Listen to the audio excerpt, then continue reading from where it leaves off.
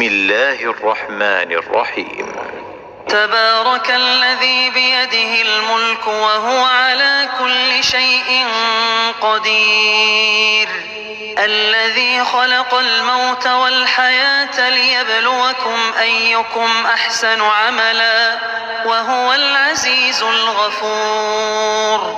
الذي خلق 7 سماوات طباقا ما ترى في خلق الرحمن من تفاوت فارجع البصر هل ترى من فطور ثم ارجع البصر كرتين ينقلب إليك البصر خاسئا وهو حسير، ولقد زينا السماء الدنيا بمصابيح وجعلناها رجوما للشياطين وأعتدنا لهم عذاب السعير، وللذين كفروا بربهم عذاب جهنم وبئس المصير، إذا ألقوا فيها سمعوا لها شهيقا وهي تفور تكاد تميز من الغيظ، كلما ألقي فيها فوج سألهم خزنتها ألم يأتكم نذير، قالوا بلى قد جاءنا نذير فكذبنا وقلنا ما نزل الله من شيء إن أنتم إلا في ضلال كبير، وقالوا لو كنا نسمع أو نعقل ما كنا في أصحاب السعير، فاعترفوا بذنبهم فسحقا لأصحاب السعير، إن الذين يخشون ربهم بالغيب لهم مغفرة وأجر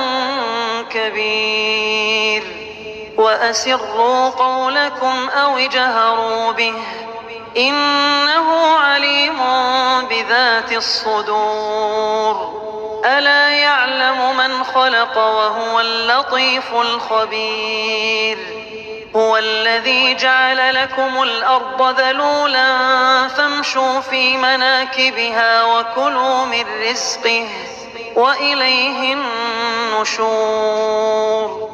أأمنتم من في السماء أن يخسف بكم الأرض فإذا هي تمور، أم أمنتم من في السماء أن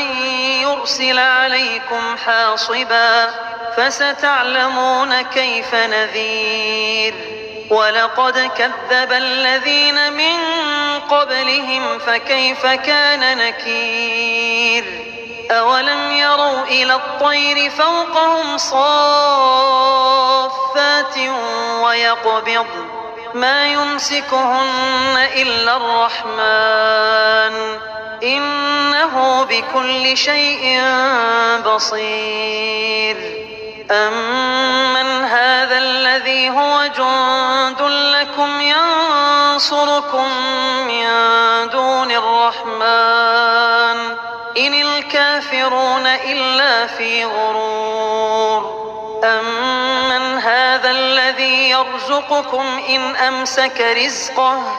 بل لجوا في عتو ونفور، أفمن يمشي مكبا على وجهه أهدى أمن يمشي سويا على صراط مستقيم،